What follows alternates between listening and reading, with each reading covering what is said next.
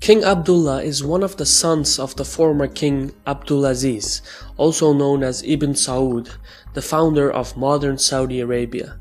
Since the death of Ibn Saud in 1953, succession has moved only amongst his sons. That is because in traditional Bedouin Arab culture, the line of succession goes from brother to brother, unlike most monarchs where it's passed from father to son. So in Saudi Arabia, the main qualification has been seniority in age, and one consequence of this system has been shorter reigns for most of the kings since Ibn Saud.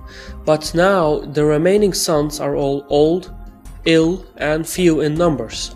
A failure to solve this issue before the death of the current king could very well start a major crisis in Saudi Arabia and the Arabian Peninsula.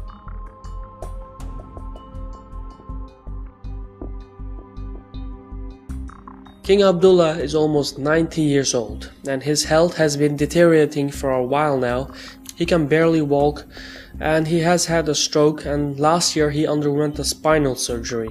His half-brother and heir, Crown Prince Sultan, had served for 49 years as the defense ministry and was the second deputy prime minister. He died in October 2011 at the age of 87. Prince Sultan was replaced by Crown Prince Najib, who served for 37 years as the country's interior ministry and was also the second deputy prime minister. Now he passed away in June 2012. The current heir is Crown Prince Salman, and he is the country's defense minister. Now, Salman is more than a decade younger than King Abdullah, but so were the previous two other crown princes. Plus, the new crown prince has already suffered at least one stroke. There are, of course, a dozen more sons of Ibn Saud, but none have the experience, respect, and maternal lineage to be a future crown prince. The Saudi monarchy is a real complex system, something comparable to the fictional Game of Thrones. The decision that Salman is supposed to succeed Abdullah also demonstrates the weakness of an absolute monarchy, because King Abdullah decreed a succession law in 2006 that created the Allegiance Council. This council is supposed to elect the king and crown prince, but the council did not elect Salman. It was King Abdullah who chose his brother. So what is the purpose of this council if the king can overrule its decisions anyways? This shows that the council is merely a group of yaysayers. Another problem regarding this council is that this system assumes the royal family will honor the decisions made by a democratic body. Such a tradition has never existed in Saudi Arabia, and there is no reason to assume that one will exist in the near future.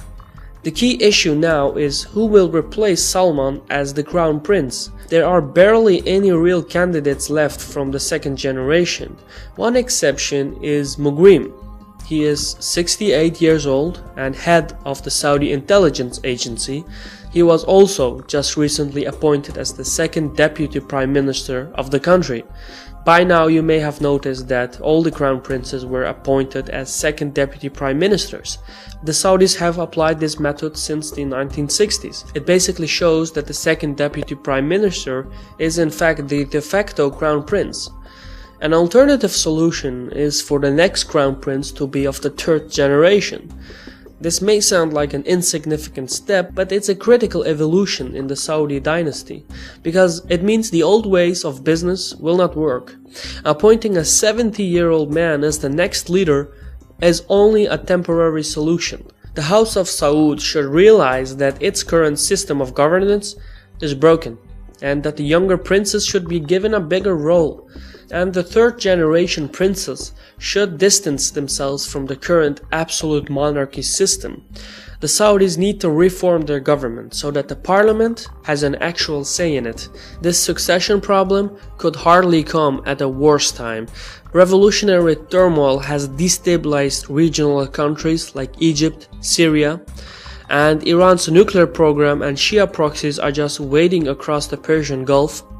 And there already have been Shia demonstrations in the eastern part of the country. Saudi Arabia is not immune to political changes which are sweeping across the Middle East. The leadership needs to think at least 3 moves ahead. Saudi Arabia is the world's biggest oil exporter.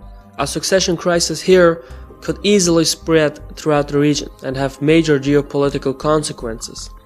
The Saudis simply cannot afford to wait and react. They need to solve this issue before it becomes a full-blown crisis.